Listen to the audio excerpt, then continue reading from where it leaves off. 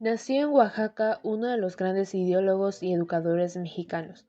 Se desempeñó como titular de la Secretaría de Instrucción Pública y Bellas Artes, rector de la Universidad Nacional Autónoma de México, candidato presidencial, secretario de Educación Pública y miembro fundador del Colegio de México.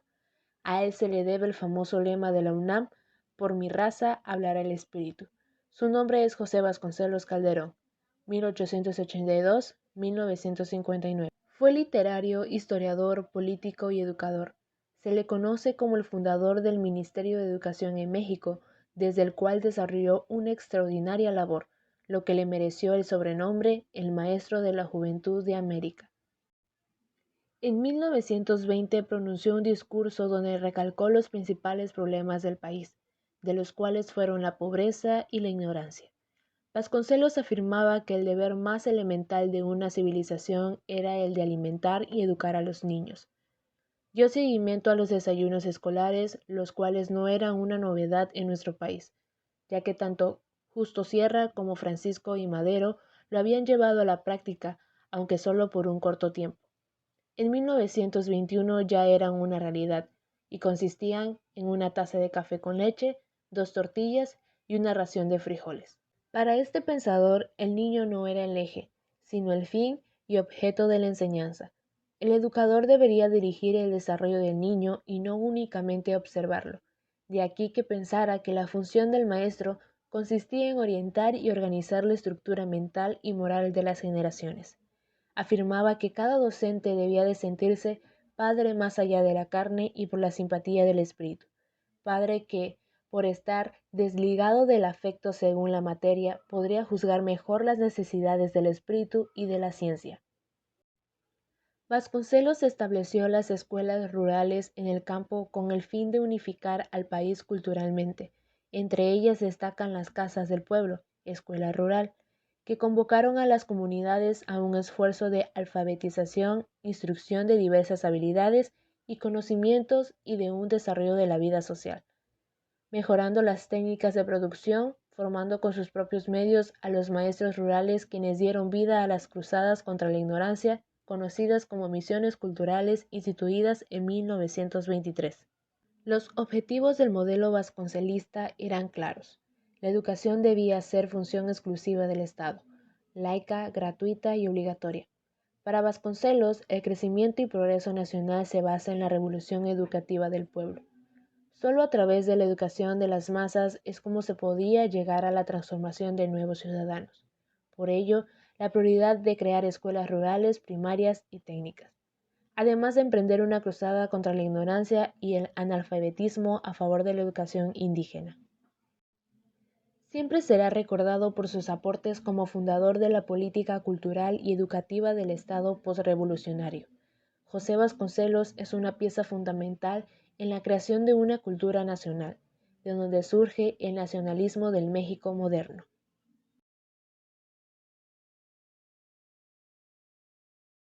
Debido a que José Vasconcelos tenía el firme propósito de salvar a los niños, educar a los jóvenes, redimir a los indios, ilustrar a todos y difundir una cultura generosa y enaltecedora, ya no de una casta, sino de todos los hombres.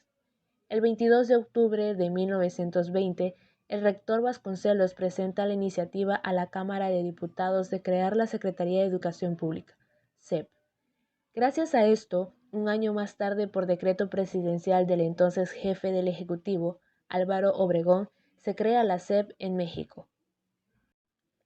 El 25 de julio de 1921, el presidente Álvaro Obregón decretó la creación de la Secretaría de Educación Pública, SEP, medida que fue aprobada por unanimidad en la Cámara de Diputados. Posteriormente, el 3 de octubre del mismo año, fue publicada en el Diario Oficial de la Federación, DOF. Dividió la Secretaría en 3 grandes departamentos que abarcaban todos los institutos de cultura: escuela, bibliotecas y bellas artes. El primero comprendía la enseñanza científica y técnica, tanto teórica como práctica. El segundo era un complemento de la campaña de alfabetización y del primer departamento, aparte de ser un servicio para quien no podía inscribirse a un sistema educativo formal. El último ofrecía canto, dibujo y gimnasia dentro de las escuelas a cargo de la antigua Academia de Bellas Artes, el Museo Nacional y los conservatorios de música.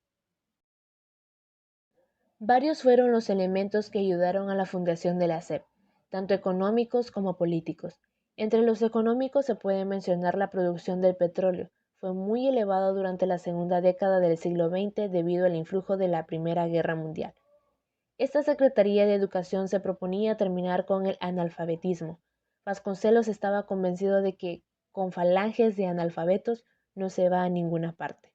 José Vasconcelos contó con el apoyo del profesor Francisco Figueroa como subsecretario y de Jaime Torres Bodet como su secretario particular. Así también, Roberto Medellín colaboró como jefe del departamento escolar y Vicente Lombardo Toledano como jefe del departamento de bibliotecas, entre otros. Desde un principio, la idea de Vasconcelos era que en las escuelas rurales, además de enseñar a leer, escribir y hacer cuentas, se realizara un programa integral que penetrara a los poblados. Era así como se deseaba una transformación radical consistente en mejorar hogares, mejorar métodos de trabajo y mejorar la salubridad y el ambiente espiritual. El fin era crear en todas las aldeas sentimientos e intereses comunes para poder formar una verdadera nacionalidad.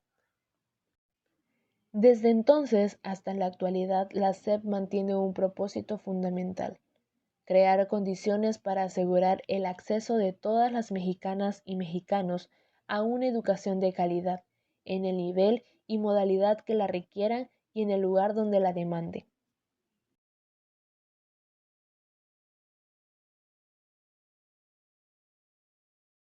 Descubrió su vocación durante su infancia: ser un hombre de letras. A pesar de ello, eligió como profesión la carrera de Derecho. Había trabajado muy de cerca con José Vasconcelos por haber sido su secretario particular en 1921.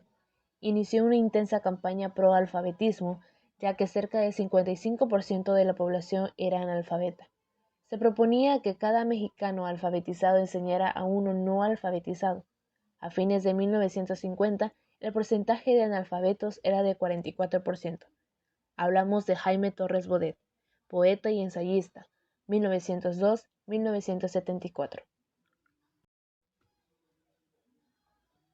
Pasó de ser secretario particular en la universidad a ser el jefe del Departamento de Bibliotecas de la SEP desde su creación hasta noviembre de 1924.